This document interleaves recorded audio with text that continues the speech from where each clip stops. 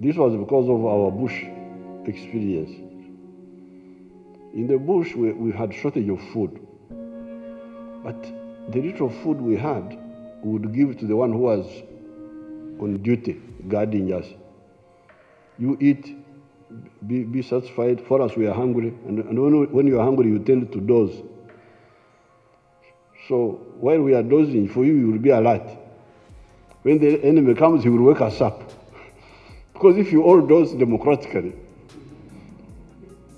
because you are all starving democratically, you are actually in danger. So at least let somebody be awake. And who was this one? The judiciary. Because my reasoning was, we are all hungry. But let's have somebody who is not hungry, so that when we quarrel, he can kuramura. You see, the Bantu word is a very good one. Okuramura.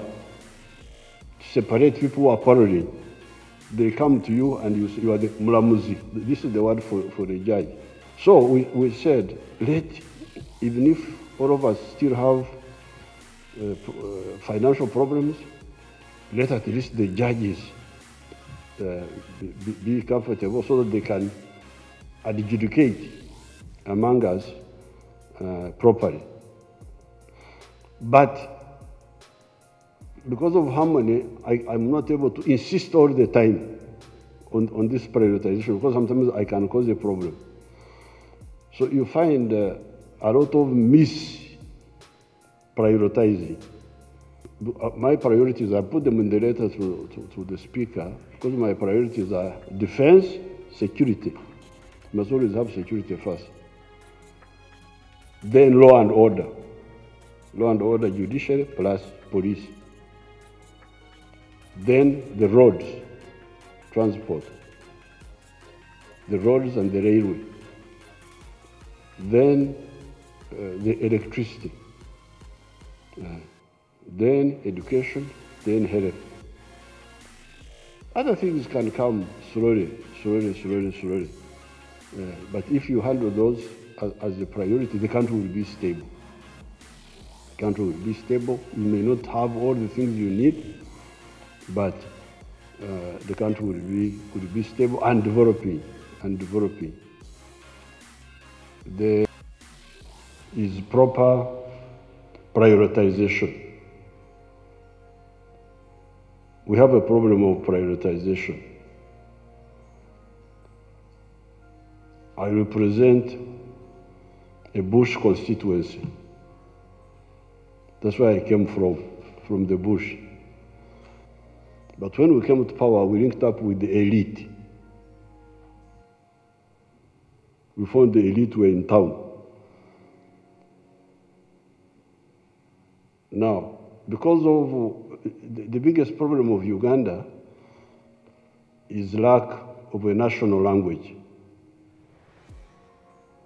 You see, like in Tanzania, where they use Swahili, even if you are not educated, you can be elected and you go to parliament because you speak Swahili. But here, because we didn't have one language, national, we are now to use English.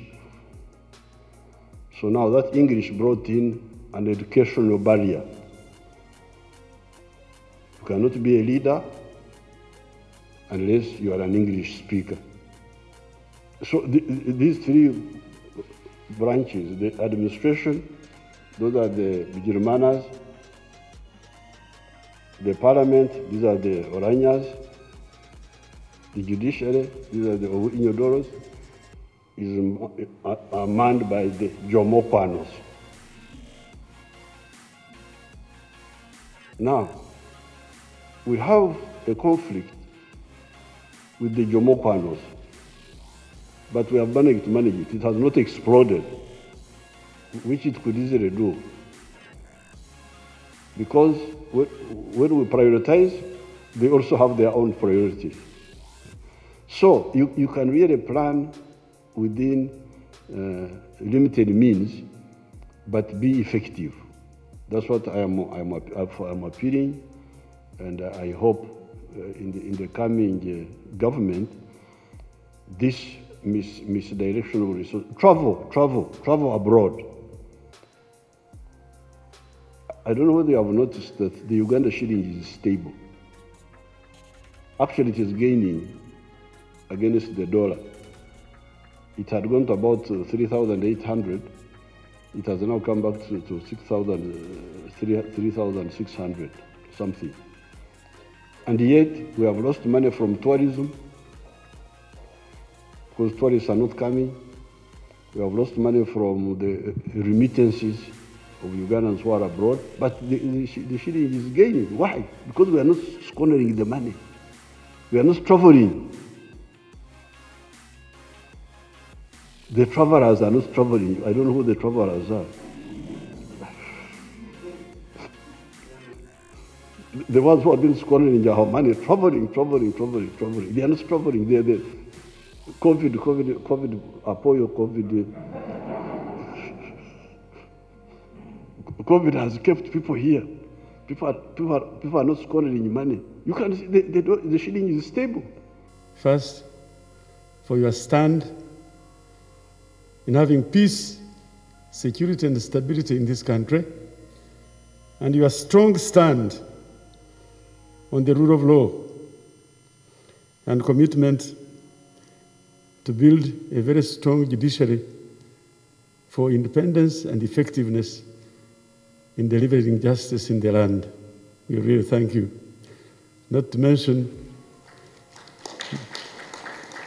that you have given this country a new constitution which has guided in building sustained stability in the country. We thank you particularly for the appointment of these distinguished Ugandans, the Chief Justice and the Deputy Chief Justice. Appointing them at this particular time in our electoral cycle is very timely. The judiciary is the custodian of justice. And since we are going through a very, well, I wouldn't say difficult, but it is a testing time. You need a strong judiciary that can dispense justice timely. The rule of law, as you can see, is a very, very custodian of peace, and the judiciary is very important in this regard. We want to thank you for your support in the enactment of the Judiciary Administration Act.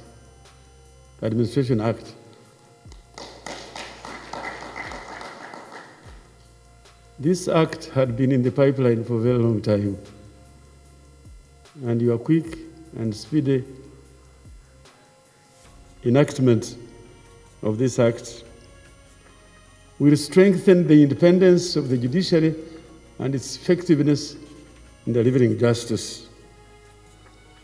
We in the Ministry of Justice and Constitutional Affairs, particularly with the Attorney General as principal legal advisor of government, we are committed to operationalizing this act, the Judiciary Act. Consequently, Chief Justice and your deputy, this act gives you independence. It also gives you effectiveness and capacity to deliver justice without fear or favor. Allow me, in my personal capacity, that of my family, and that of the judiciary of Uganda, to thank you profusely for giving the people of Uganda a strong team to run the judiciary. This speaks volume about your concern about the rule of law in this country, which was the principal, if not the sole reason, why you took up arms close to 40 years ago. You had taken up arms long before, but the one which turned the course of affairs in this country was the one of 1981. I give my word, Your Excellency, you'll be getting tired of me and my team engaging you to present to you our views on how best the judiciary of Uganda can serve the people of Uganda. From Kachumbala up to Kaberamaido, we have one judge.